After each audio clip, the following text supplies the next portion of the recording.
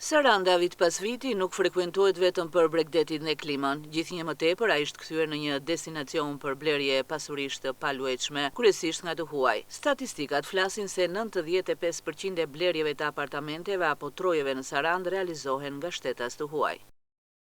Në numrin më të madh të kërkesave që ne kemi këtu investitorë, në tërësi janë prej shteteve të huaja dhe jo shqiptarë diasporës. Ne të kalojmë në një numër mund të jemi mbi 95% të huaj, krejtësisht të huaj, dhe 5% jemi në pjesën e shqiptarëve dash që jetojnë brenda territorit shqiptar, por ata që janë diasporës.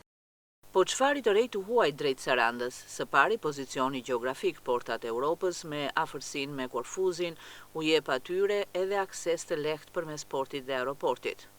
Si qytet, lidhja të cilën ne kemi me Europën, përfshi duke referuar pjesës së Greqisë dhe ishullës të Korfuzit, në përgjithësi është lidhja si detare, si ajrore e portit dhe aeroportit, edhe që vetë qytetarët e huaj kanë mundësi të marrin udhëtimet, gjithsesi edhe duke qenë në portat e Europës, ne ka një garanci, le të themi, më të mirë për sa i përket pjesës sigurisë në investimin e tyre.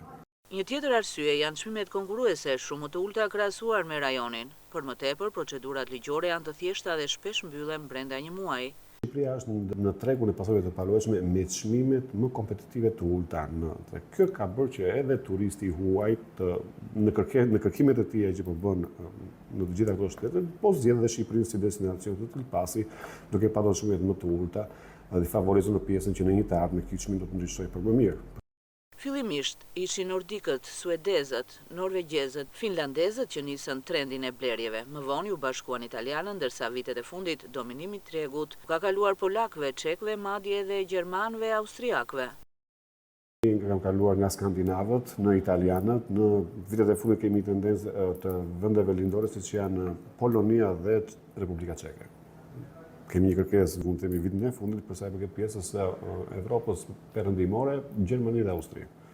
Për të huajt, vera nuk është vetëm kohë për relaks. Shpesh këtë periudhë eksplorimi përmes agjencive imobiliare ata kërkojnë, shikojnë dhe bëjnë llogarit. Kur vera përfundon, vjeshta sjell vendimet nga shtatori në dhjetor, shumë prej tyre bëhen pronar të rinj në Sarandë.